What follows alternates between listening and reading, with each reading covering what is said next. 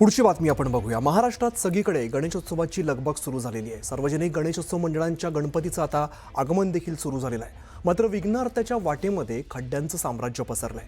मुलेश्वरच्या राजाच्या आगमन सोहळ्यामध्ये घडलेल्या या दुर्घटनेमुळे खड्ड्यांचा मुद्दा पुन्हा एकदा ऐरणीवरती आलाय आणि म्हणूनच मुंबईतील गिरगावमध्ये जाऊन आम्ही रस्त्यांची पाहणी केली। यावेळेला काय वास्तव समोर आलं पाहूयात न्यूज 18 मराठीच्या या ग्राउंड रिपोर्टमधून।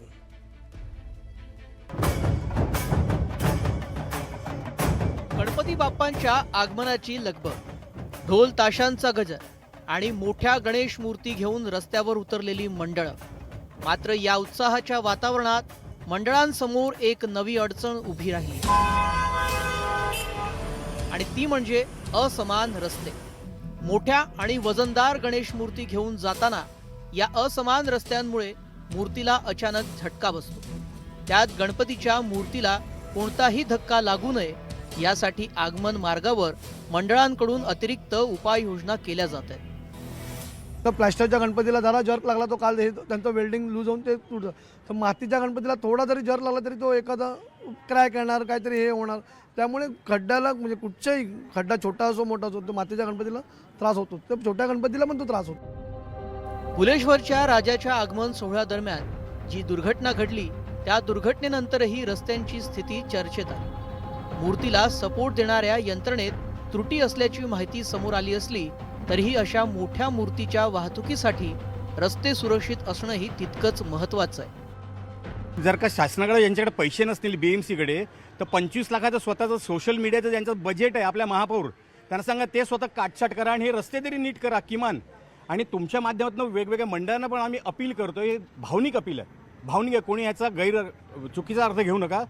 आजकाल पाद्यपूजन मातीपूजन हे झालं, आता ट्रॉली पूजन आलं, ट्रॉलीचं चाकाचं नटबोल्ट पूजन आलं। एक साईडला म्हणजे मूर्ती आम्हाला इकडनं अशी घेऊन जायची, असे टर्न मारावं लागायचे आणि पूर्ण हँडल त्या ह्याच्यामध्ये पॅचवर्कमध्ये आम्हाला त्रास देत होते।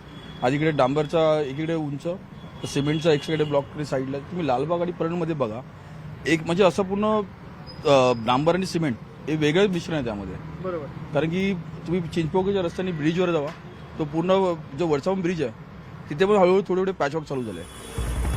या रस्त्यांबाबत गिरगावच्या स्थानिक रहिवाशांनी देखील खंत व्यक्त केली। हे रस्ते बरेच खराब आहे, इथून मोठ्या मोठ्या मूर्त्या जातात आणि इथून पब्लिकची जी ये जा असते ती बरीच असते गणेश विसर्जनाच्या वेळेला आणि मोठ्या मूर्ती येतात त्यावेळेला।